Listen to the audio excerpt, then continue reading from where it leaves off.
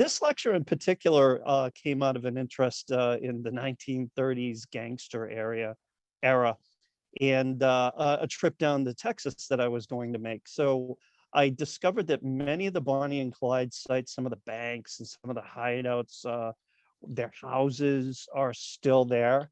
So I went and I photographed a lot of these places in Arkansas, Texas, Oklahoma. Didn't get out to Idaho, but maybe someday, who knows?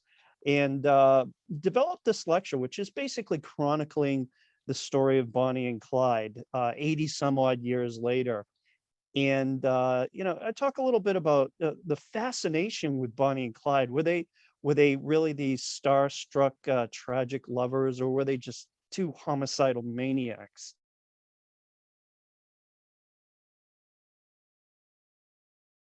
The movies. So what we're going to do here is tell the story, but try to separate fact from fiction a little bit too. So let's get going here. Okay. So also, this is a warning I usually put up when I do it live. I guess we don't have to do this with muted mics, but this is also something I put up. I don't imagine there's any young children out there watching this, but just in case, there are some very graphic pictures, especially at the end of this lecture. So here we have it. Who were the real Bonnie and Clyde? And as I alluded to earlier, most people, I think, know about Bonnie and Clyde. The first big movie was the 1968 Bonnie and Clyde with Warren Beatty and Faye Dunaway. And although it's about 80% fiction, some of it is pretty accurate, especially, as I was saying, some of the robbery scenes, some of the shootouts with the police were very accurate. But some of the story goes off into La La Land, which is usually what Hollywood does. And I don't understand Hollywood, because sometimes the actual real story is more interesting than what they come up with. And then about 5 or 6 years ago, we had this, which was I don't know if you saw this. This was horrible, an A&E History Channel collaboration. I do not recommend this. And then I think probably about a year or so ago, this came out about the lawmen who ambushed Bonnie and Clyde. And I thought this was really well done. It was on Netflix. It still might be up there. I don't know. I don't have Netflix anymore, but if you get a chance, check that out. It's a good one with Kevin Costner and Woody Harrelson. So this is how we know about Bonnie and Clyde. But who are the real Bonnie and Clyde? There's a clip from that movie. Let's go back, talk about these two individuals. Clyde was born in Tellico, Texas in 1909, March 24th, 1909. This is an actual photograph that was taken sometime, I think, in the 1930s of the cabin that the family actually lived in. And here's Bonnie. This is Clyde's mother and father. Henry is on the left, and Cummy Barrow. And here they are with one of Clyde's older brothers. This is them as two young individuals living in Tellico, Texas. And eventually, as you can see here, the family grew. And what they were was sharecroppers. They were living in East Texas, and they grew cotton, which was an incredibly hard job to do. Your hands were pinched by the thorns. It was hot Texas heat, and you worked the all live long day. That's right. And they were sharecroppers. So if you know anything about sharecroppers, they made barely just enough to pay their rent and maybe get some food. And they were dirt poor. And it took a terrible toll on people. As you can see here, here's Henry and Cummy. In this picture that was taken, they were in their 40s. Here's a family picture showing the brood. After a while, they had all these kids. Some of them are husbands and wives, but as you can see, here's Clyde Barrow on the left, and he's a young man and hasn't entered into a life of crime yet. So what happened in 1922? The price of cotton fell through the floor, because basically of the boll weevil and other factors. and they could no longer make a living in Tellico. So they packed up they didn't even have a car. They packed up a wagon, their horse, and the whole family and headed to Dallas. Now, they didn't move into one of these penthouses up here. They ended up living under this. This is the Houston Street Aqueduct. And as you can see here, I went and I photographed this when I was in Dallas. It's not an actual aqueduct, it's a bridge, but for some reason they call it an aqueduct. It probably because it looks like a Roman aqueduct. And here on this grass that you see here was somewhat of a ramshackle shack city, kind of like the old pictures of the Hoovervilles that you might have seen. Right there, you wouldn't even think of it. This just looks like someplace under a bridge. But at one time, it probably looked something like this. And this is where they moved, and they lived under that wagon for months. That's all they had because they didn't have anything. Henry scrounged around. He became like a dump picker, to tell you the truth. Went around getting junk, collecting junk.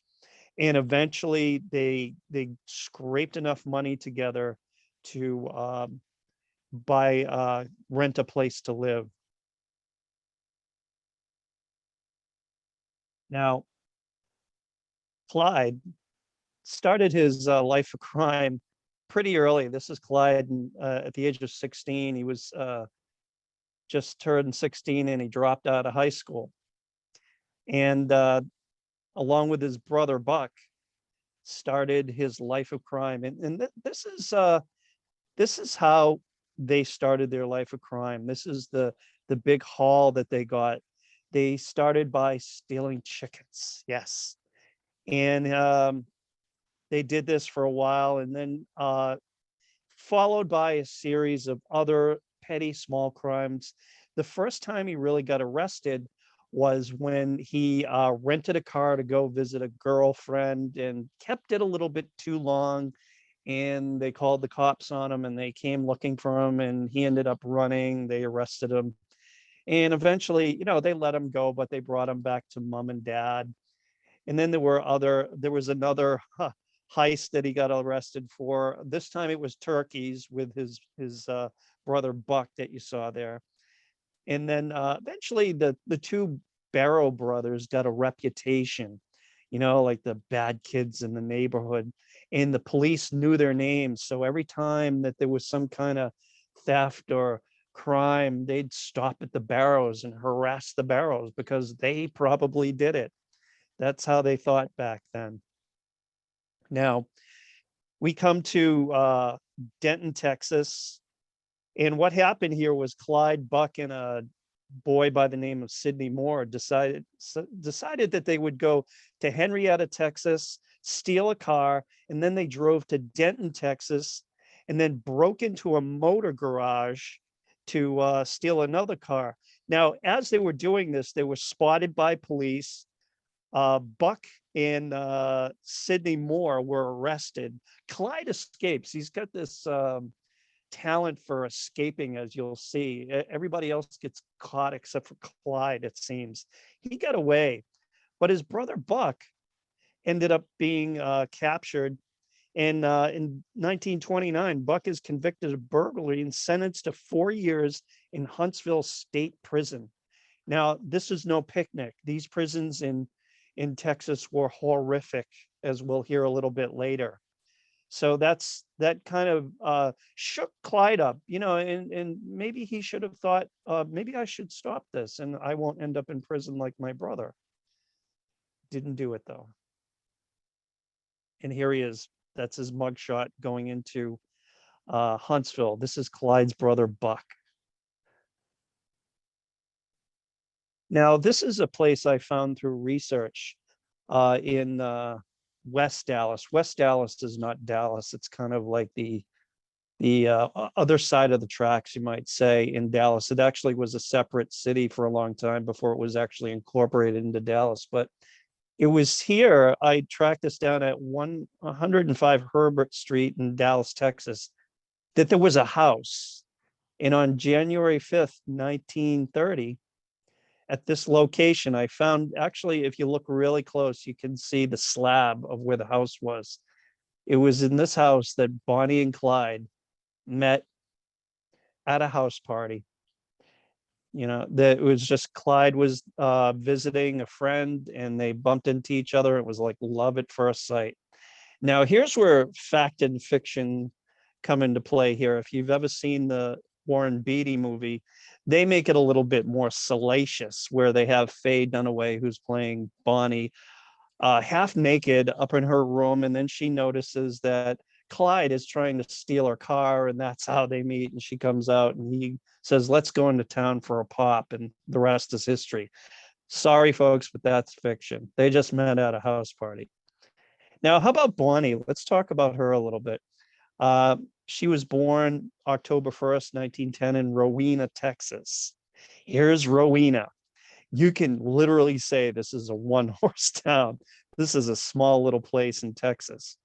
Now, the thing is, her father died at the age of 4, and her mother was left with her brother, Bonnie, and her sister, and really no means of support. So she had to move in with family, and that family happened to live in Dallas. There's Bonnie at the young age where she had to move. There's the family. The father's gone, and mom takes the kids and moves to Dallas. And this is in 1914, a section of Dallas that was known as Cement City because there was a plethora of cement plants in this part of the town. And her mother got little odd jobs and seamstress jobs just to get by. Also, there was some family there that helped out as well. And here's where Bonnie went to school. I found the actual elementary school that she went to school. And at this time, I thought they had it all fenced off. I thought they were going to demolish it, but I found out since that they've turned it into a community center, and good for Dallas. And she was a pretty good student in school. She loved to write poetry. She even, if you look here, she won a spelling contest when she was a young lady. And here's her high school, which no longer exists. And we have some pictures here of young Bonnie she was a little girl. If you see the girl with the red dot over her, that's Bonnie. There's another early shot of Bonnie. Now, she left high school and got married to this boy, Roy Thornton. And you'd think, oh my, she probably got in trouble. No, she just wanted to get married to Roy Thornton, who is himself kind of a low-level criminal. The girls are always attracted to the bad boys, and this is what Bonnie had this disease, very bad, and she fell in love with Roy Thornton. The only thing was Roy wasn't really that great of a husband at first. The marriage was great, and then he started not coming home at night, and then one night turned into a few days, and then it'd be weeks, and she wouldn't see him. And eventually, he himself ended up getting arrested and put in jail. Now, many people don't know this. Bonnie was still married to Roy Thornton when she was running around with Clyde Barrow. She still had that wedding ring on her finger. So she was never married to Clyde. She was still married to Roy Thornton, who himself would actually die. He got out of prison. He would die in a robbery after just a short while after Bonnie and Clyde were ambushed in 1934. So a lot of these people are in these in this kind of life because we're looking at the Great Depression, and a lot of people didn't want to live the dirt poor life, and they thought a life of crime would be a better way to go. And we know a life of crime doesn't pay. Just ask Roy, just ask Bonnie and Clyde. So before she met Clyde, and kind of when Roy was abandoning her, she got a job at Hargrave's Cafe.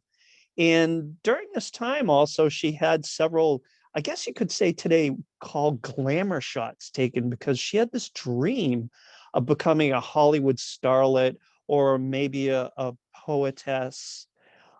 She just had this feeling that she was going to be famous. And of course she did, for the wrong reasons. Here's one of those glamour shots. Here's another one. She would send these off to Hollywood with a letter explaining who she was, hoping that she'd be discovered. And obviously she never was for those reasons.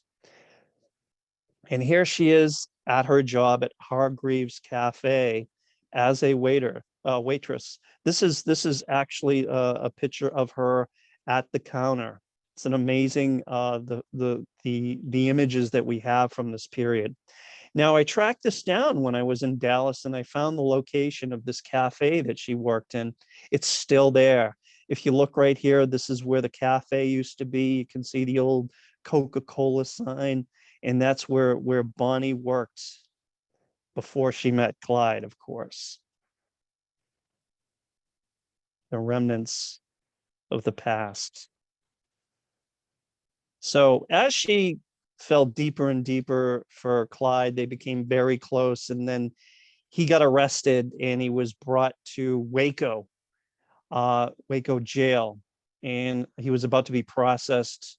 And what happened was he was in jail with another fella whose name was William Turner.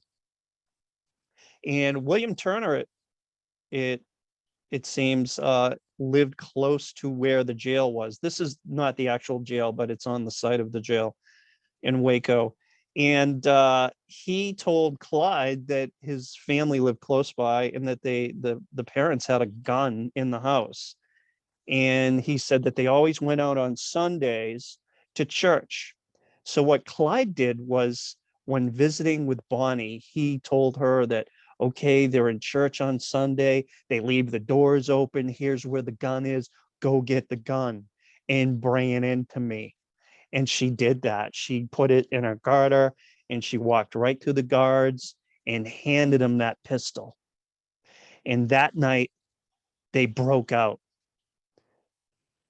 Turner and Clyde and another fella. And what they did was they stole a series of cars with their getaway. And the police said it was very easy to recapture them because they just followed the trail of stolen cars. In fact, there was a headline that read, "The dumbbell bandits are captured," and they were hauled back into jail. And here we have Trio Lives Jail, stolen, trail of stolen cars. Yes. So after this just aggravated his situation, and he was put on trial. This was for stealing a car, and before he even stole the cars to get out of the jail, and sentenced to 14 years, probably because of the escape attempt and also the crime. And when you're put into Texas prisons for 14 years, that is not something you want to do. This is not someplace you want to go. Now, the process was that once you've been convicted, you were moved from the jail to the prison system, and you were put on Uncle Bud's one-way wagon, as they called it. Uncle Bud was a tough old codger. He always carried a shotgun, and he would put his prisoners in his one-way wagon, chained at the neck. And this is how Clyde was transported to Eastham State Prison. And along the way, he met a young guy by the name of Ralph Faults. Now, Ralph Faults had already been in Eastham. He'd escaped. He was recaptured. He was being brought back. Now, he knew he was in for some really bad mistreatment from the guards, because if you escape and they bring you back, you can count on the fact that you're going to get beaten. And this is the way it was back then. So and here's Ralph Faults, the guy on the left here. So he became good friends with Clyde, which didn't work out very well for Clyde, because some of that anger that was projected onto Faults ended up being put on Clyde as well. Now, this is the main prison where they were sent to sign in, to register, you might say. And it's kind of interesting, when Clyde sat down, he gave his name as Clyde Champion Barrow. That wasn't his middle name. His middle name was not Champion. His middle name was Chestnut. Chestnut. So I don't think he was probably pretty smart. You don't want to go into prison with a middle name like Chestnut. Also, he lied about his age. He said he was 18 rather than 20, and he also listed Bonnie as his wife so he could have visits with her. They didn't check things in those days, so they just took it on face value. And he was sent to Eastham Prison Farm out in Eastham. This is a satellite of Huntsville, and it was one of the most wretched prisons in the state. And they did a combination of picking cotton, chopping lumber, and it was hard labor. Now, this is a video of what it looks like today. It's abandoned. And this is a quote: "The most callous, dangerous cons found their way to this prison, Eastham Cotton Farm, 35 miles northeast of the main prison. They performed backbreaking labor under the supervision of guards hired for their ability to maintain order at any cost." Now, there is still an Eastham prison. It's just off, not too far from this, but this building still exists. And this is where Clyde Barrow was imprisoned. Now, at the time, the commissioner of prisons was Lee Simmons. This is in 1930. And he was a strict disciplinarian. Here's another quote: he especially endorsed the frequent use of the bat, a leather strap anywhere from 18 inches to 3 feet long and 5 inches wide with a long handle greased for maximum velocity. It would be used to lacerate the bare back, buttocks, and thighs of recalcitrant prisoners, spread-eagled face down on the ground. And of course, Ralph Faltz immediately got this treatment. And because Clyde tried to stick up for him, he got the treatment too. And this is an actual photograph of the barracks that they lived in. This was Camp 2, and they shared this room with all these men. Now, Clyde wasn't picking cotton. He was put on woodpile duty, chopping wood all day. I don't know which is worse, chopping wood all day or picking cotton. But in these buildings, as you can imagine, you can see all these men here. The way they controlled these buildings was that they had these men, other prisoners that were huge, big hulking men. They were called building tenders. They controlled the men. And this is how they did it. Every prison dorm was supervised by a team of building tenders, usually the biggest, strongest convicts in the facility who were most feared by other inmates. They received special privileges. They were able to carry clubs and knives. They were allowed to manhandle whoever they wanted. Clyde was often beaten for talking back or scowling at the guard tenders, and was also targeted, of course, because of his friendship with Faltz. Now, when he moved into Camp 2, his building tender was this man, Ed Crowder. Now, Ed Crowder was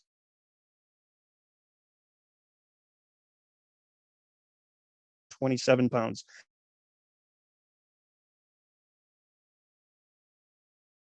But Ed Crowder sexually abused Clyde. This would come out years later. Ralph Faltz would reveal that Clyde's first murder happened at Eastham, and it was this man that you're looking at.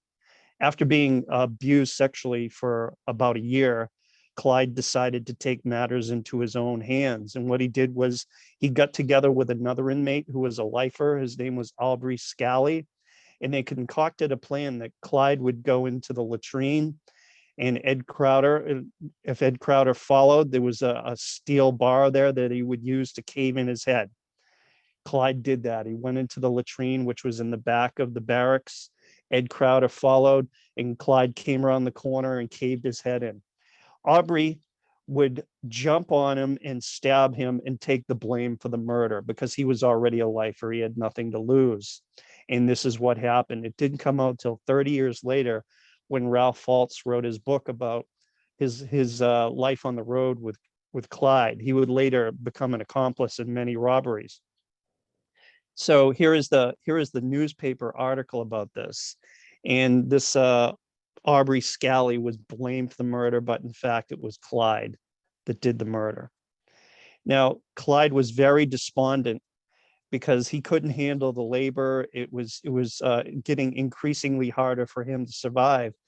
And he did what a lot of prisoners do. And this is why it was also called the Bloody Ham, Eastham, because many prisoners would just maim themselves so they could get out of work. And that's what Clyde did. He cut off 3 of his toes on his left foot so he couldn't work.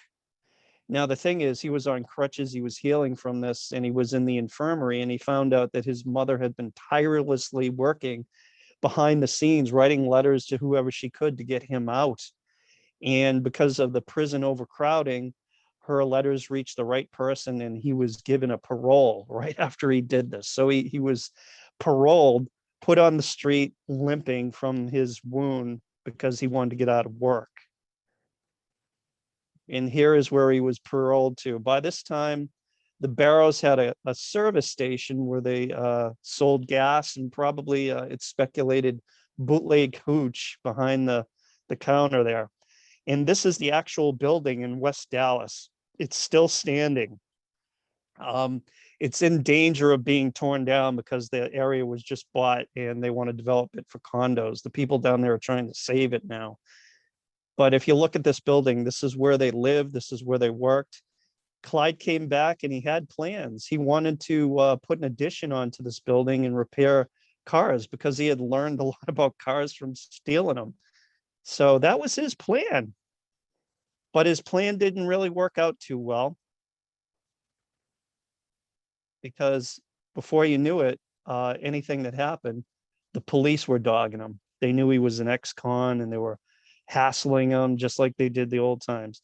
He'd get the things that he'd get a job, and they'd show up at his work and he'd lose the job. So he was really despondent. So what happened was his sister Nell, who you see here on the left, had friends up in, of all places, Massachusetts, Framingham, Massachusetts, and she had a connection, and she was able to get Clyde a job up here. So he came to Framingham. That's where he lived, and they got him a job at a factory in Worcester. And this is the actual building that he worked in this factory.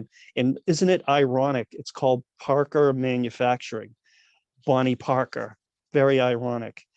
Thing is, after about 2 weeks, he got homesick and he just couldn't make it up here and decided to hop on the next train and go back to Dallas. And pretty much after that, his course was pretty set in stone, because at this point, he said he had given up. He wasn't going to try to make it straight anymore, and he was just going to go right into a life of crime. Now, it's interesting to note, Ralph Waltz would later say that Clyde had gone through quite a transformation in prison. He said he changed from a schoolboy to a rattlesnake. So this is the Clyde Barrow we're dealing with now. He's really got a lot of anger built up about what he went through in the prison system, and also the harassment from the police. So he's going to dive right back into a life of crime here, and that's what he does. And of course, the police are hassling him when he comes back. So what we see here is the movie Bonnie and Clyde. And some of the things that happen in this movie are fictional, but some things are, I guess, for time matters, they kind of combine one or more characters into kind of a conglomerate. Now, this character in the movie is really a conglomerate, or a composite, I guess I should say, of these 4 men here: Ralph Waltz, Raymond Hamilton, W.D. Jones, and Henry Methvin. In the Bonnie and Clyde movie, I believe his name is W.C. Jones, but he's more based on W.D. Jones, but there's also components of these 3 men within that composite character in the movie. All right. So the first incarnation of the Barrow Gang was called the Lake Dallas Gang. And this was made up of Clyde, Ralph Waltz, and this guy here. This is Raymond Hamilton, somebody that they had met in prison, and they actually broke him out of prison, and they were operating together and committing crimes. And here are some of the crimes that they committed. Uh, First of all, they helped Raymond out of jail. Auto thefts. You'll see most of these crimes are pretty penny ante. They robbed the Sims oil refinery. They broke in and broke into the safe, and I think the haul was like $27. Auto theft again. So really, there, this big Lake Dallas gang is really not pulling off any big bank robberies or payrolls or anything like that, and business burglaries. They're just surviving here. And of course, Bonnie comes back into the picture here, and she's traveling with these guys, although she doesn't take part in any of the crimes. She never did. She would always be out in the car or anything. The stories of her firing guns, I don't think they're true, to tell you the truth. But in the movies, they have that. Now, they had this big plan because of what happened in Eastham. False was also paroled, I must say. That's why he's out too. Uh, they had this fantasy, because they hated the prison so much, that they would go back to Eastham and make a raid on the prison and break everybody out. Prison break. That was how they were going to get back at the system. Now they revealed this plan to Raymond Hamilton, their other partner there, and he said, "I don't want anything to do with this," and he dropped out of the gang. So then we're left with Bonnie Clyde and Ralph Waltz, and they have between them, I think they have a couple pistols and maybe a rifle. They don't have the armaments to do this prison break, nor the people either. So where are they going to start? They need more guns. So this is what you need to do a prison break, right? Where are you going to get all this stuff? So they looked around and they found this hardware store. You're looking right at it here. This is once a hardware store. It was the H. Bach hardware store in Maybank, Texas. And they decided one night, April 18th, 1932, to rob this hardware store. Now, more like break into the back of it and steal the rifles, because hardware stores back then sold rifles. Now, what you're looking at here is the back alley, and they rolled up here, and this is the back door to that hardware store. As they were trying to break into the door, the police arrived, and they hopped back in their car and they sped off. Now, the car went off the road, and they had to ditch the car, and they just started running through the woods in the middle of the night with the police in hot pursuit. Now, they came to a farm, and they banged on the farmer's door, and he opened the door, and they had their pistols in his face, and they said, "Give us your car." And he said, "I don't have a car, but I have two mules." So they took the two mules and they hopped on the mules, and there was a getaway on mules. This is comical. So they're riding through the night on these two mules. And again, Clyde gets away. Somehow he gets away.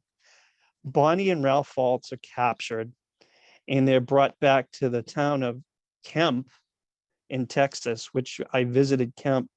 And another one horse town, I really expected the tumbleweeds to go past me in this place. It was like totally, I didn't see a soul until I found the place that they kept Bonnie locked up. This is the Kemp Calaboose here. You see this? This is the jail where they kept criminals. This is the actual jail where Bonnie was locked up, the Calaboose. So she was put in here, and you can see this is pretty bare. It probably looks pretty close to what it looked like back then. Now, as we were there, my wife and I, we were parked off to the side, saw a police car rolled up, and I'm thinking, oh, great. I got Massachusetts license plates. I'm in the heart of Texas. What's going to happen now? And the police car rolls up, the window comes down, and it's a female officer. And she looks at that, and she points at the calaboose, and she goes, "Isn't that cool?" And we were looking at each other, and yeah, that's really cool. And she goes, you know what? I'm the police chief here and I'm the mayor. And so we got to talking to her and she told us the story. She's like, you know, my mama told me when Bonnie was locked up there were people lined up just to come and look at her. And one woman went up to her and looked Bonnie square in the face. And she said, does your mama know what you're doing? And at that point, Bonnie spit in her face. Straight from the police chief. That's right. And so this is where Bonnie was kept just for a few days. And then she got shipped back to Kaufman County jail. And eventually they just kind of let her out with a promise to behave herself because she claimed not to be part of the crime. She was just there and it was her boyfriend who got away. Now, what was Clyde up to? This is another robbery that he was involved in Hillsborough, Texas. See, this John Butcher owned a kind of a combination jewelry store, 7-Eleven type convenience store, like little shop that people would come in and they'd buy groceries and all sorts of things. I guess you could call it a general store. And this is a photograph of it when it was in the center of town. But by the time Bonnie and his cohorts got there, they had moved it out of town a bit to this location here, which is just a private home now. I did some research and you can see, you can only take pictures of it from the street here. But at one point, this was a filling station and this general store. So the boys had heard that there was a safe in here and that this guy had a lot of money in there. They cased the joint. And about 10 o'clock on the night of April 30th, they came knocking at the door. Now, the store was closed. And John Butcher, who was the owner of it, came down.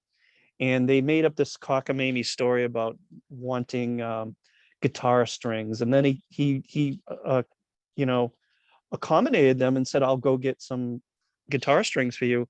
And then when he came to the door, they said, oh, we've only got a $10 bill. Can you break it? Knowing that he would probably go into the safe and open the safe, and that's when they could rob him. Now, what happened was they followed him in. He opened the safe. Something went wrong. It said that he had a gun in there. He went for the gun, and one of the bandits shot him dead. Now, Clyde would later say he was out the car. He was in the getaway car. He wasn't part of it, but he was one of the people that knew about the safe through different channels. Now, he was identified as having been there earlier by the wife. Also, Raymond Hamilton was identified, but problem was he was in prison at this time, so he couldn't have done this robbery. It was a mistaken identity. The actual shooter was this fellow here, Ted Rogers, who had years later confessed to being the shooter, but for years and years and years, people thought Raymond Hamilton, one of the original Lake Dallas gang members, was the shooter. But by this time, he was in prison and couldn't have done it.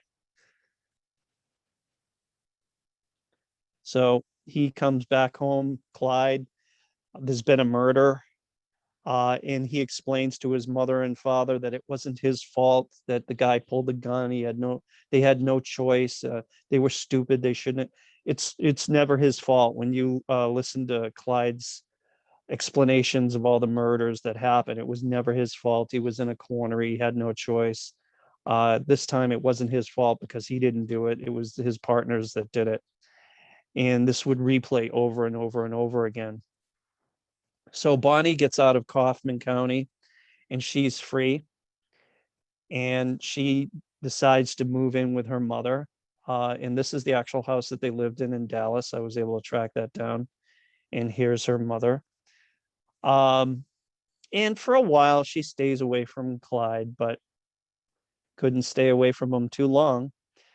And after a while, she tells her mother that she's got a job up in Wichita Falls as a waitress, and she's going to move up there.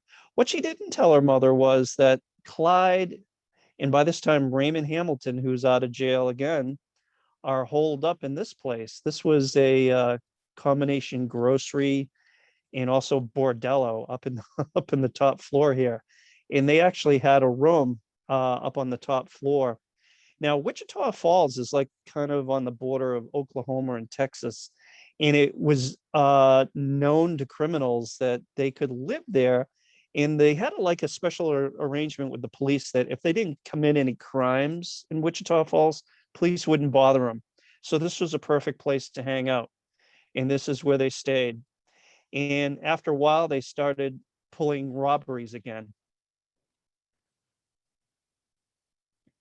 So now this time it's Clyde, Raymond Hamilton, and a new fella. His name was Ross Dyer, who went by the alias Everett Milligan.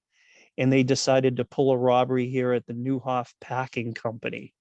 And this is another nighttime break-in safe crack.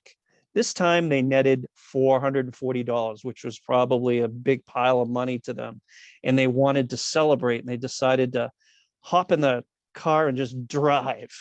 And wherever they ended up, that would be great. And they ended up in a place called Stringtown, Oklahoma on August 5th, 1932. At this building, at that time, it was a dance hall in the 1930s. This is an older picture. When I went there, it was gone. This is another picture. This is not my picture. This is what it looked like when I got there. Now, what happened was they came up to the dance hall. It was a community dance. Farmers were dressed in overalls. There was a two-man band, and there were two deputies on duty. Locals noticed them immediately because they had a flashy V8 Ford. They had nice suits on, and they didn't fit in. They began to drink, and then they tried to steal the girls away from the locals. As the band took a break, part-time Deputy Sheriff Charlie Maxwell said to Duke Ellis, who was the guitar player, that he was going to arrest the trio because the local boys were getting riled up and they were probably going to beat them up. So it was more for their protection. Ellis later said that as they hit the first chord of Way Down Yonder, as they started to play again, all hell broke loose. What happened was Maxwell noticed that they were sitting out in their car in this parking lot that you're looking at. He walked over to the car, put his foot up on the running board, and told the two they were under arrest. Before you knew it, they pulled their pistols and started to shoot.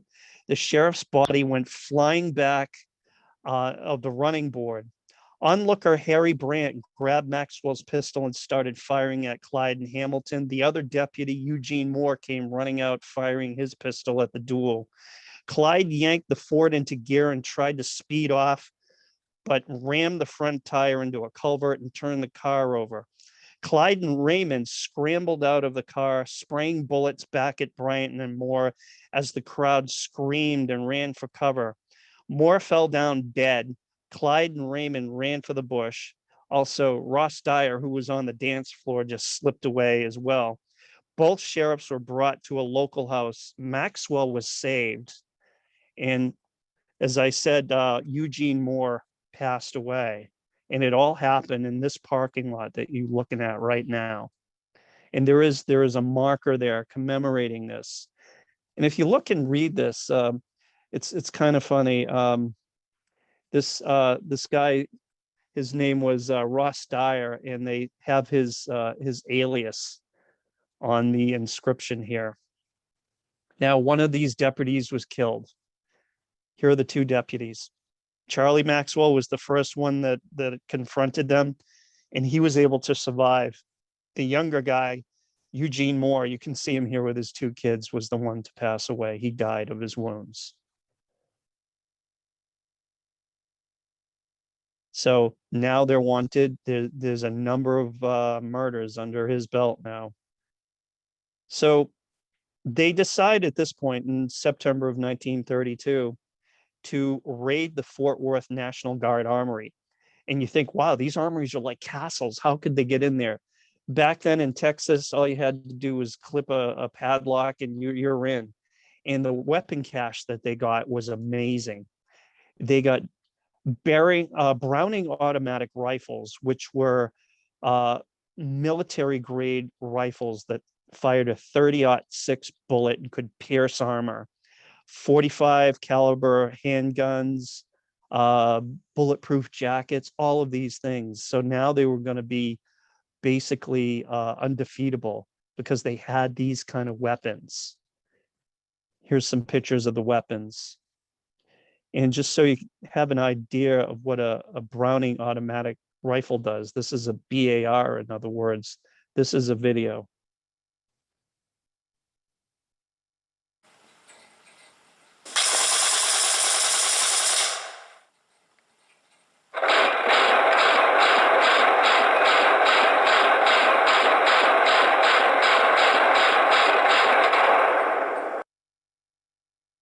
Deadly. So the gang, with their arsenal, decide to go on a crime spree. And these are some of the crimes they committed. They kidnapped a deputy sheriff, Joe Johns, in Carlsbad, New Mexico. Let him go eventually. Murder and robbery at Howard Hall, Sherman, Texas. Raymond Hamilton at this time leaves the gang again, and in September would be arrested in jail by December. He would never come back to the gang. And at this time, we have W.G. Jones enters the gang as their next partner in crime. Now, W.D. Jones was actually a distant cousin of Clyde, and he was 16 years old. And by this time, Clyde's reputation is reaching mythical proportions. And W.D. Jones is just starstruck. He thinks he's like Jesse James. They'd come back to Dallas every now and then to visit the relatives. They ran into WD, and Clyde asked him if he wanted to join the gang, and he willingly jumped at the chance. So just after they met, it was Christmas Eve, actually. The next day, Clyde decided to test his young protege, I guess you might say, and they decided to rob a car in this driveway. And it was in the morning, and they broke into the car, and Clyde said, go steal that car. So WD went into the car, and he couldn't get the ignition started. He couldn't get it going. He was nervous. Clyde jumped in next to him, and they're fiddling, trying to get the thing started. And then the owner of the car, Doyle Johnson, came running out of his house because he knew that his car was being stolen, and started to literally strangle Clyde in the car. At this point, Clyde pulled out his .45 automatic and told the guy, back off, man, or I'm going to shoot. And he shot him right there in that driveway, dead. I don't think WD knew what he was in for. And then shortly after this, the next crime that was committed was at the McBride House. Now, police were investigating a bank robbery in which an Odell Chambliss, a friend of Clyde Barrow, was involved. It was rumored that he might show up at this West Dallas home of Raymond Hamilton's sister, Lily McBride. This is the actual home. The lawmen had hoped to apprehend Chambliss should he show up there. Lily's sister told the officers that Lily wasn't home. She actually was visiting Raymond in prison at the time. The lawmen opted to remain at the home in the hopes of catching this fugitive. So they were kind of staking out this house to catch this Odell Chambliss. At around midnight, a car pulled up to the McBride house, then drove away. However, moments later, it returned. A dark figure exited the car and approached the porch of the McBride home. It was Clyde Barrow. And when he realized that it was a trap, he pulled out a shotgun and fired through the window. Malcolm Davis, a deputy of the Tarrant County, ran in front of the house just in time to catch the second blast of Barrow's weapon. When the shooting began, Barrow's car drove off. It was believed to be occupied by either Odell Chambliss, Bonnie, or WD. Clyde ran into the darkness. This is an actual photograph of officers reenacting the crime at this time. And here is the officer that was killed, Malcolm Davis.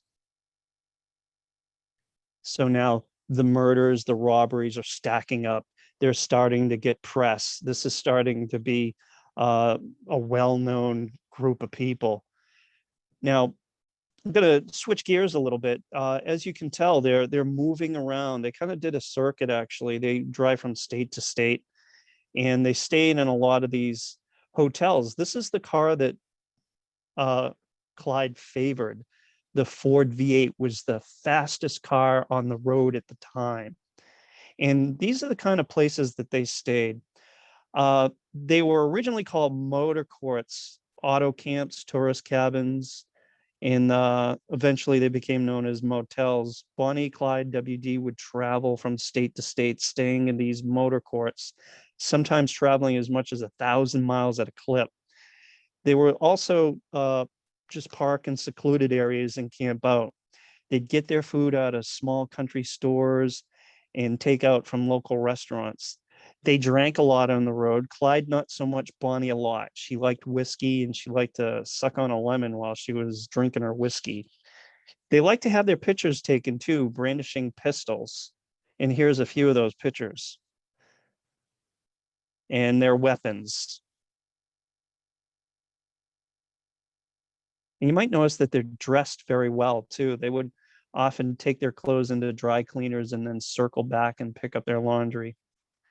And this was life on the road. And most times, their robberies only netted them hands full of change. It was no glamorous life, but they thought it was great. It was life of a gangster, life on the road. There he is with his BAR rifles.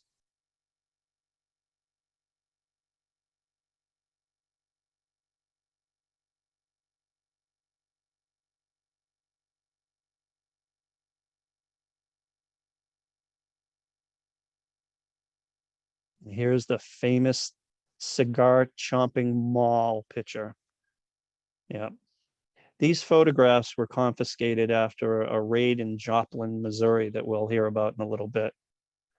And they made Bonnie and Clyde just from local bandits to nationally known gangsters. I don't know, what about Buck? Buck's in Easton prison. And Buck, Clyde's brother, breaks out in 1931. But when he broke out, he met this girl. This is Blanche Caldwell. And Blanche didn't want anything to do with Buck if he was an escaped convict. And actually, they fell in love so deeply, she said, I'll wait for you if you just turn yourself back in and go back to prison. And that's what Buck did. He went back to Eastham, turned himself in. The warden said he had never seen anything like that. Now, he was paroled 2 years later, and when he got out, they got married. And here's Buck and Blanche. These are some photos. They like to take pictures too, as you see here. Good looking couple. Now, he promised her that he'd stop this life of crime that he had been leading, and they would move up to Washington State. He'd get a job as a lumberjack or some honest work. And that was the plan. And then they were at Blanche's father's house. And all of a sudden, guess who shows up? Bonnie, Clyde, and WD. And Clyde at first started talking about Buck joining him in robberies and breaking out people out of the prison and everything. And Blanche, when she heard this, went ballistic. She didn't want him back in this life at all. And then Clyde and Buck went outside and they had a little chat together. Who knows what they said, but they agreed that they would take a family vacation together. So what they all did was they packed their bags and they headed for Joplin, Missouri, and they rented this house here, which I photographed. And so it was Buck, Blanche, Bonnie and Clyde, and WD, and it was kind of a holiday. Now, they rented an apartment under an assumed name, and it was like a family, I said. But the neighbors started to notice something was wrong because at one point, Clyde was cleaning his guns and his guns went off. And here's a shot, another angle. And here's a picture Blanche actually took. It hasn't changed much since the 1930s. Now, a delivery boy noticed when delivering groceries that only women came to the door to take the groceries and would not let him into the apartment. Unknown to Blanche, Buck, Clyde, and WD, the boys were out there pulling jobs on the side. Police became aware of them, but they thought they were bootleggers and decided to do a raid. They actually they were going to leave the day before the raid happened, and they were deciding to leave, but they decided to stay one more day. So the police arrived, and this is just as Clyde and WD were pulling into the garage door was up, and the police pulled up, and one of the policemen, as they were trying to close the garage door, kind of tried to slide underneath the door, but he was in a vulnerable position, and that's where Clyde unloaded his shotgun into his neck, and he died. And then there erupted a big shootout. There was a police car in front of the garage, and everybody piled out of the apartments, all the women, WD, everybody piled into the car as the shooting's going on. Clyde got hit, but the bullet was a small caliber. It actually bounced off of a button. Blanche and Bonnie were hiding in the back of the car. So they threw up the garage and they pushed that car out of the way, moved the body out of the way. And this is all in blazing gunfire, and escaped with their lives. Now, those photographs I just showed you, them posing with the weapons and everything, were left behind. They left everything behind. They just jumped in that car and escaped. This was the raid at Joplin, Missouri. Now, the result of this, the victims were two law officers. Officer Harriman and McGinnis were killed in this raid. Now, I think at this point, W.D. Jones realized that he was way over his head, and his name was still not known. He was identified as the unknown accomplice, and he decided to get out. So he said he was going to steal a car and then just disappeared. So now Buck was into it. He believed he killed one of the officers. He had no chance of freedom anymore. So he decided to join Clyde in his life of crime. And then they started to actually rob banks now. Here are two places that they robbed. And then eventually WD would return. He would later say it was because Clyde threatened his life. Who knows if that is true? And Buck and Blanche were on holiday. They had agreed to meet with Bonnie, Clyde, and WD in Oklahoma. So Clyde was speeding towards this rendezvous spot. And at the border of Texas is Wellington, Texas. You're looking at the Red River. Now, Clyde normally, even for that time period on dirt roads, would probably be driving at about 70 miles an hour. It was nighttime. He wasn't paying attention, and he didn't notice the road was closed because the bridge that was there was gone, and they were building a new bridge, and they went flying over the embankment into the riverbed here. This is the actual bridge that they were building at the time, which is now closed. And this was the result. They flipped the car over, it crashed, and there was a combination of battery acid and fire that burned Bonnie's leg. She was screaming. WD would later say that it was laid open. You could see the bone in her leg, and she would be crippled pretty much for the rest of her life.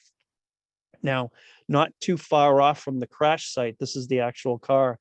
There was a family called the Pritchards that heard this accident. They rushed down, they pulled everybody out of the car. They didn't know who they had on their hands. And once they all got up to the cabin, they started to try to treat Bonnie's wounds. The other two, WD and Clyde, they just had flesh wounds, scratches. So they were able to, patch them up pretty quickly. And then Clyde went off to WD, and, in the corner, he said, "Go get the guns." So pretty soon, what do you know? They've got these guns. This family is being held hostage. And one of them actually slipped out unbeknownst to Bonnie, Clyde, and WD to call the police. And a little incident happened. This is that actual house. It was torn down just a few years ago. There's nothing there now. But at this point, there was an incident that happened where Mrs. Pritchard had a little baby that was crawling around the kitchen, and the baby started making motions for the door, and she moved suddenly, scared WD, turned around with his shotgun, and almost blew her fingers off. You can see this is a press photograph. She's showing the photographer her hand where she got shot with the buckshot. Now, of course, it didn't blow her hand off or anything, but this incident happened. And then the police pulled up, and Clyde got the drop on him. They tied him up and they took the car and they escaped from Wellington. And forever after, Bonnie would be able to hobble. In photographs after this, Clyde is often seen carrying her around. And after this, what they did was they headed for the Twin City tourist camps in Fort Smith, Arkansas. These are the cabins that they stayed in, but taken recently. They weren't in this kind of condition back then. And they needed to nurse Bonnie back to health. She was in a really bad situation. They couldn't call a doctor because that would give them away. And what they did was they called Bonnie's sister. And Bonnie's sister came all the way from Dallas to help with the caretaking here. And her name was Billie Jean Parker. And she was kind of Bonnie's nurse for a couple weeks. But as they're staying in this tourist camp, WD and Clyde and Buck are out there robbing people. And then they got in another shootout with the police, and they had to evacuate Fort Smith and find another place. So they loaded Bonnie into the back seat and they took off. And this is another lawman that got killed. And eventually they made their way to Platte City, Missouri, and they found the Red Crown Tavern and tourist cabins that you see here. Now, this was a location that was pretty close to major cities, and Buck was kind of leery about being so close to a major population area, but Clyde was kind of the A-type personality, and he was in control, and he wanted to stay here. And this is where they stayed. This was out in back of the tavern, and this is the tourist cabins. Bonnie and Clyde stayed on the one on the left, and Buck and Blanche stayed in the one on the left. WD stayed with Bonnie and Clyde. Now, the layout of this is very interesting, and it would later be very critical. This garage had an adjoining door, so they could go through a door here and get into their car. This garage did not have an adjoining door. You would have to go out here, open the door, and get into the car. That would prove to be fatal to Buck. And here's what it looks like, just so you have the layout here. This is where their the Red Crown Tavern was, and the cabins were back here. It's no longer in existence today. Now, when they pulled in, they sent Blanche in to reserve the rooms, and she did that. And the owner took note. He thought that she looked kind of drawn and rather thin. And on top of it, she was wearing riding pants and riding boots. He thought that was very odd. And she said that it was just her and her mother and her husband. So they rented the cabins and they went back there. Immediately, what they did was they covered up the windows with newspaper. They backed both cars in. They had two cars.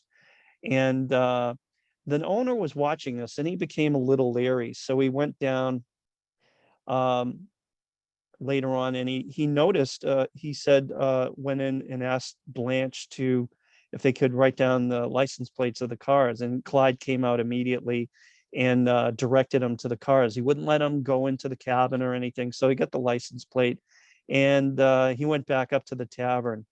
Then the next thing he knows, Blanche is back up there, and she wants to buy 5 meals. And he thought that was weird. There were only 3 people checking in. Why do they have 5 meals? So he began to think they were some kind of criminals.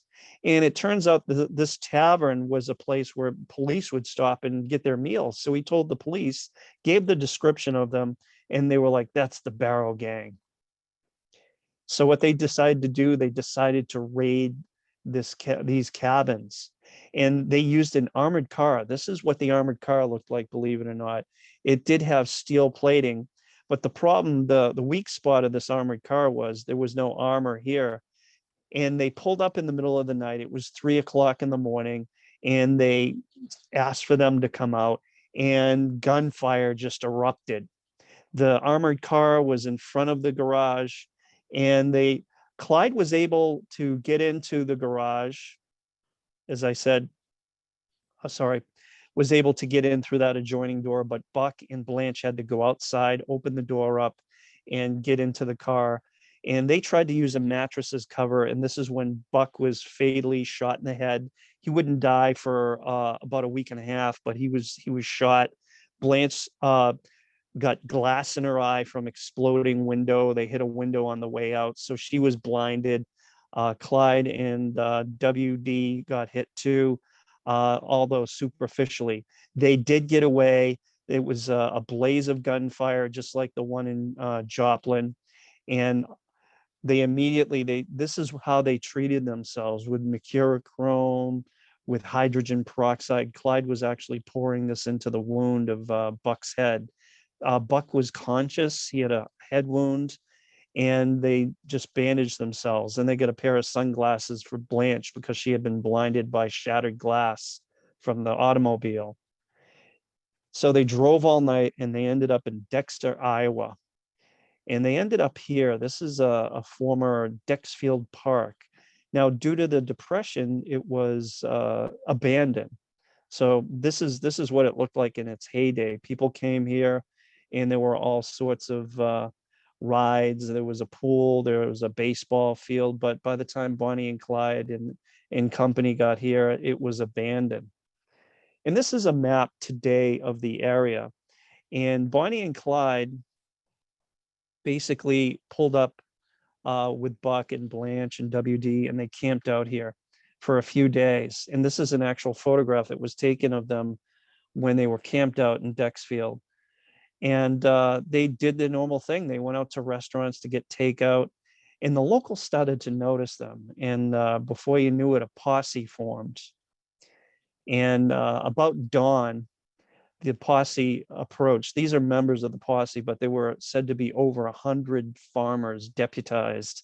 They surrounded the campsite from the wood line, and in the morning, a fusillade of gunfire erupted. Now, the gang tried to jump into their car, and they tried to get out, but they kept running into massive gunfire.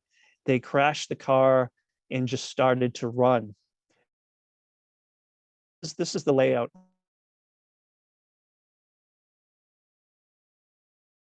D and Buck and Blanche, and they decide to make a run for it.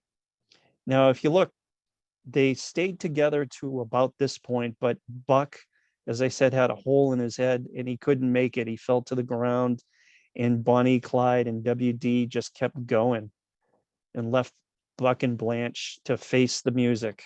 And that's what happened. The posse eventually got to Buck and Blanche, and she threw up her hands and said, "Don't shoot, don't shoot. He's dead, he's dead." He was still alive, literally.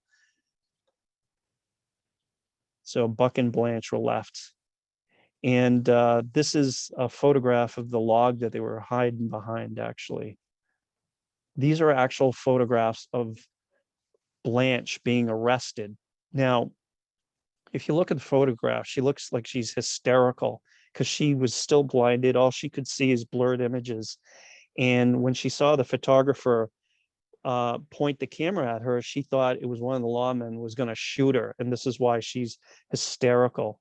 Now, if you look down here, these are the lawmen trying to treat Buck. He's on the ground, still alive. And here are some photographs. Now, Buck survived a couple more days. They took him to Perry, Iowa, and this is where he died. There's one more photograph of him. The wound got infected, and he passed away. This is what Blanche's mugshot looked like. Now, it's interesting to note, she's 81 pounds. She was 100 pounds before she met Bonnie and Clyde. She had lost all this weight. She was emaciated. This is what life on the road does to you. She would later write a book as well. So we know a lot about what happened through her. She spent 6 years in prison for her association. And these are some of the headlines. And she never wanted to get involved with this. And after she got out of jail, she married and had a pretty normal life. Funny thing is, you look at her husband here, Eddie Frazier, he looks a lot like Buck. And here's her driver's license from 1982. You could still, she's still having problems with her eyes, even well into the 80s. She died a couple years after this. Now, there was a attempted ambush of Bonnie and Clyde in Dallas near Sowers, Texas, which is near Dallas. It failed. And they just couldn't get the drop on them. They, whenever Clyde, he had like a sixth sense when there was going to be an ambush, and he was able to get away. Now, remember that they wanted to do a prison break. This actually happened. And it was cooked up between Ray Hamilton, who was in Eastham, Ralph Faltz is back in the jug, and this other guy, Joe Palmer. And they decided what they would do is get Clyde. They had messages going back and forth between Bonnie and Clyde and themselves. What Clyde was going to do was he was going to go to the outer edge of the prison farm and secret 245 pistols under a bridge. And when they were out there working, they'd grab the pistols and hold the guards at bay and escape. And Bonnie and Clyde would pick them up, and then they'd have their escape that they've been fantasizing about forever. So the day before this was to happen, oddly, for some reason, we don't think it has anything to do with they knew this was going to happen, but Ralph Faltz was transferred to another camp. And this fella comes into play. This is one of the prisoners that was there, Henry Metvin. And the day came and they got those pistols, and instead of holding the guards at bay, they shot them, killed them, and they started to run for the woods. And they jumped in the car with Bonnie and Clyde and sped away, these three convicts. Now, if you recall, Lee Simmons, he was the prison superintendent, and he was absolutely and totally livid. He was embarrassed that this happened on his watch. And what he was going to do was he was going to get the most fierce lawman in Texas, and that was Frank Hamer. Now, he was retired by this point. And if you see the movie The Highwayman, this is all about Frank Hamer. His reputation was national. It was said that he had been in 100 gunfights. He killed over 53 men in gunfights. He was wounded 17 times, left dead 4 times. J. Edgar Hoover would say he was the best, most fearless, and most effective peace officer Texas has ever known. This is the man that Lee Simmons got to hunt down Bonnie and Clyde. Now, if you watch that movie with Warren Beatty, he is portrayed by Denver Pyle here, I think is the actor's name. And he was made to look really silly, like they got the drop on him and they took pictures of Bonnie kissing him and all this. It's all fiction. In fact, the Hamer family sued the movie company about this and got an undisclosed settlement after the movie.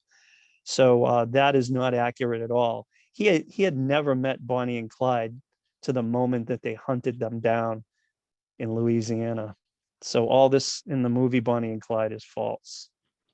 And here he is as a young lawman.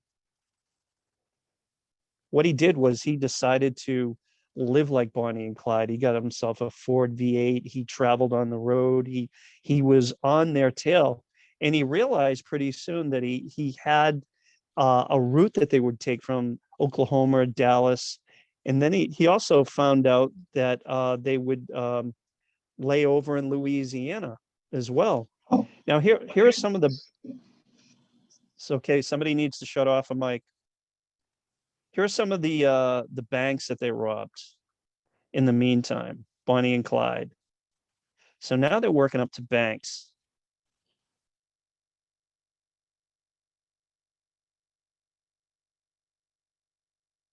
And oddly enough, this bank here is now a police station. So here it is. Raymond Hamilton, Henry Metvin, and Clyde were now the gang. And they're burning a scourge through the West. robbing all these banks. And they would go to Louisiana because they hadn't committed any crimes there in Louisiana. This was also the home of Henry Metvin. His family lived here. And this is Arcadia, where near where he lived. As you can see, the downtown is not what it used to be. And it's very close to a town called Gibbsland, Louisiana. And this is where Henry Metvin's family lived, in this little ramshackle house in Gibbsland, Louisiana. Now, this is Ivy Metvin and his wife, Henry Metvin's father and mother. And he made a call to Frank Hamer and made a deal with Frank Hamer that if Henry Metvin, his son, was able to give up Bonnie and Clyde to the FBI, set them up, in other words, he'd be absolved of any crimes committed in Texas. So the fix was in. Basically, all Henry had to do was disappear. They made a prearranged a deal with Bonnie and Clyde that if they ever got separated, that Bonnie and Clyde would head for this house. So all Henry had to do was at some point get separated, and they knew that Bonnie and Clyde would head back to this house in Gibbsland, Louisiana. So there was a deal made for Henry's amnesty, and all he had to do was set up Bonnie and Clyde. And this is where that house was. Now, in the intervening time, there was another incident that happened, and this happened on Easter Sunday in Grapevine, Texas. Bonnie, Clyde, and Henry Metvin were sitting in a car on this dirt road in Grapevine, and this is how they looked at that point. And they were just up the dirt road, and there were actually 3 motorcycle cops that went by, and 2 of them noticed that there was this car sitting up there, and they thought they might needed some help.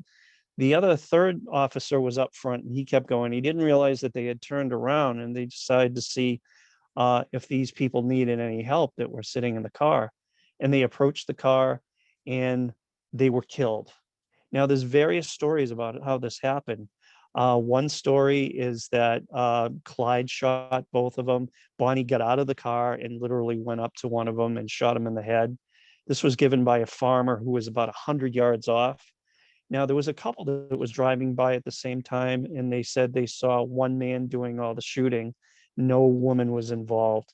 I tend to believe the latter because this man who was 100 yards away said that he heard Bonnie say, look, his head bounced like a tennis ball. I don't think he was close enough to do that. Even later, I think he even said he embellished the story. But however, you have 2 lawmen that are dead. They were ambushed, laying by the side of the road here. And this caused a great furor. This is the location today. As you see, there's a marker commemorating this. One of the officers, it was his first day, and he was due to be married shortly.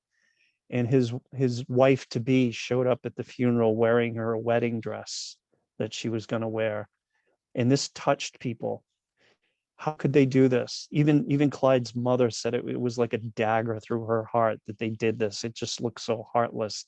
There was no reason to do this. And of course, Clyde said that they couldn't avoid it.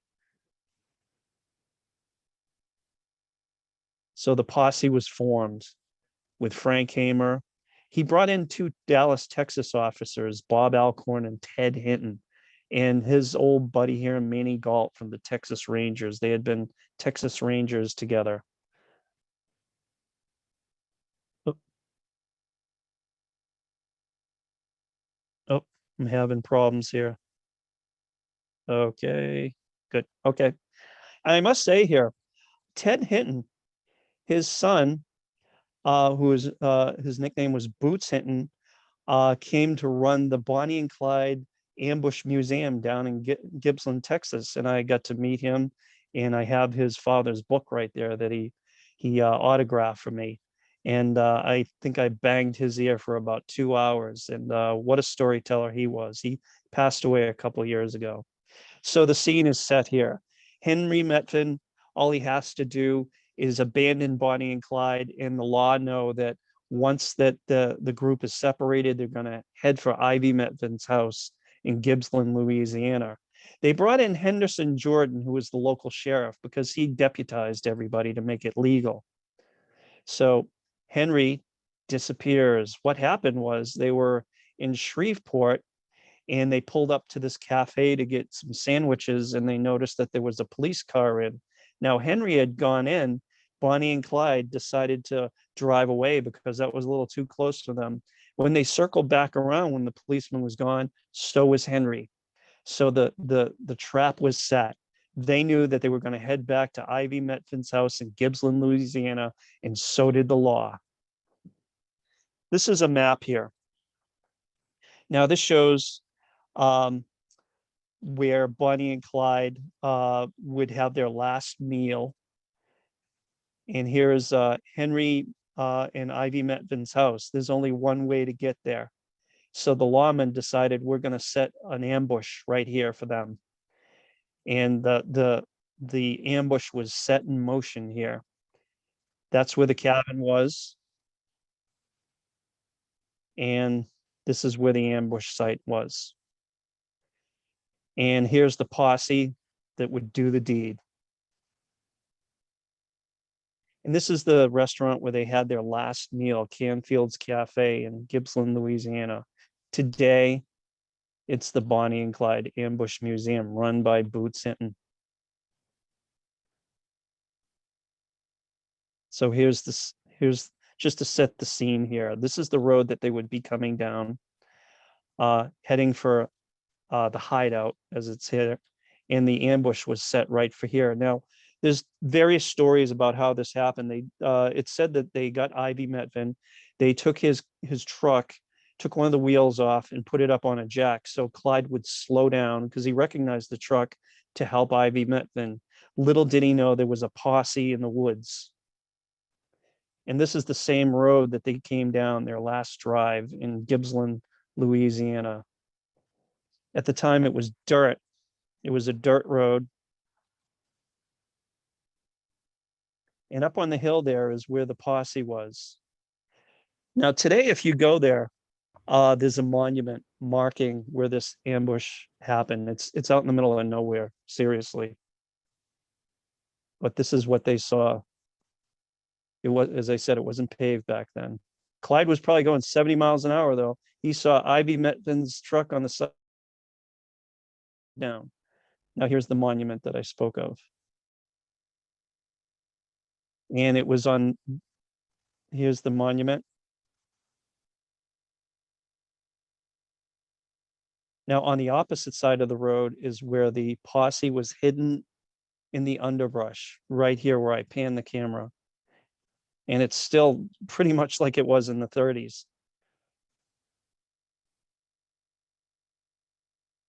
So they came down this road, they saw Ivy's truck, they pulled over to see what was going on.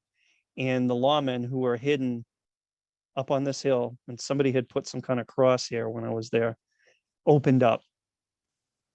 I'd said that they said halt, but I doubt it because Bonnie and Clyde had gotten away so many times. And there were, I believe, over 150 rounds that went through that car. Here's what it looked like at that time. It was a dirt road. Here's that same area shortly after the shooting. Here you go. This is a newspaper photograph showing where the ambush was. He stopped there for a short time. They just blasted him and he took his foot off the clutch. They thought he was getting away. The car was moving and Hamer jumped out in front of the car and just put shells through the windshield. They were dead at the first, when they first opened up. Here's a reenactment that the lawmen did after. And they had military grade weapons that could pierce armor. Bonnie and Clyde had no chance. And this is a film that was taken by Ted Hinton just shortly after the ambush. The bodies are still in the car. They're unloading all that's Bonnie in the front there that you see.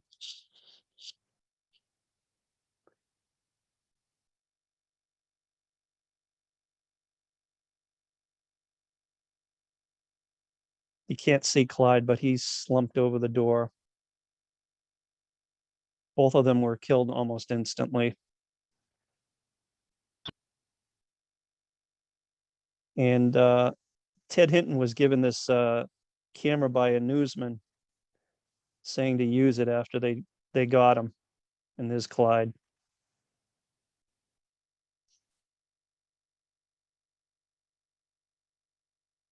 Now, this car, if you ever want to visit it, it's in Whiskey Pete's Casino in Prim, Nevada. It's still in existence. And as you can see from those bullet holes, they had no chance whatsoever. Now, they got a wrecker and they decided to tow the car into Arcadia, which is the next town over. But they thought that they'd just leave the bodies in the car, and they towed it with the bodies in the car. And then the tow truck broke down in front of this elementary school, and the kids all came out to see Bonnie and Clyde. And imagine what a horrible thing it is. You're a child and you look in a car and you see this. Now they were finally hooked up again, and they brought them into Arcadia. By this time, there's hundreds of people that want to see the infamous Bonnie and Clyde. They're still in the car. They were brought out of the car and brought into the mortuary. And that's her Bonnie blood-soaked dress. It's a package of Camel cigarettes there that she was smoking, still in her lap. There they are in the Undertaker rooms.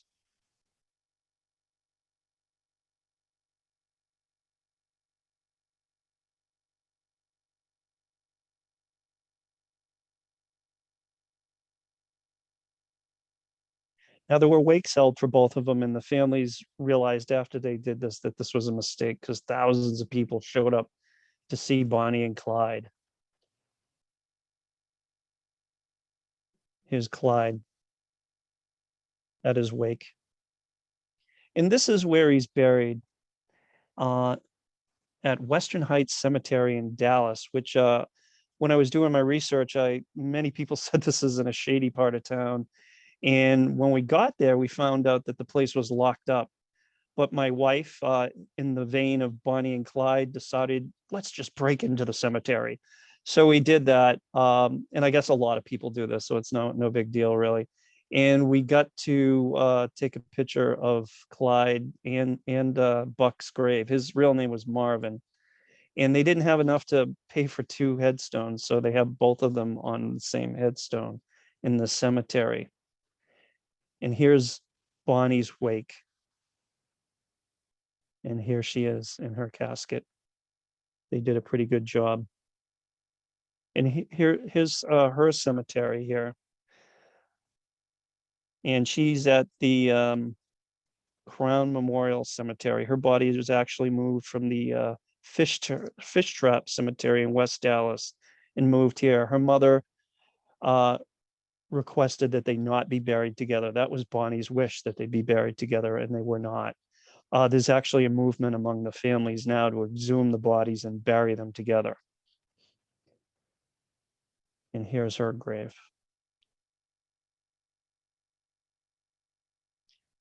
And I'd just like to end this with the victims. They seem to be the forgotten ones. We know all the movies are made about Bonnie and Clyde, and we must remember the victims. And please visit my website sometime. And also, I have a book that I've written about murder and mayhem in Boston. Thank you for coming out tonight. And Jen, if we want to do some questions. Sure. If anybody has any questions, feel free to put it in the chat, or you can unmute yourself and just ask. That was really, really interesting and enjoyable. Thank you. I really enjoyed it. All right. Hope everybody else did too. Yeah, there's a lot of information here. If anybody was confused about anything or wants to know what happened to somebody afterwards, I can fill those blanks in. Mm-hmm.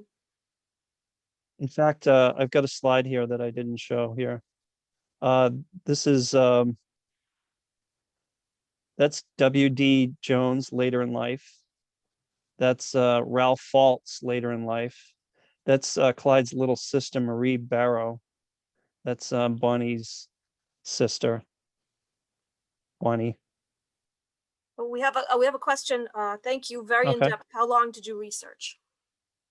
A few years. I had I guess it's like a lot of my things. I spent my youth reading about these things, and then, I had a basic knowledge. And then when I want to put together a lecture, I really dive deeply into it and go through all the books, records, things, and, talk to people like Boots Hinton. And I'd say a good straight 2 years to put this together. And, there's people out there that know a whole lot more than me. I've run across them. They know everything about Bonnie and Clyde. I just talk about them once in a while. Thank you very much for coming. Okay.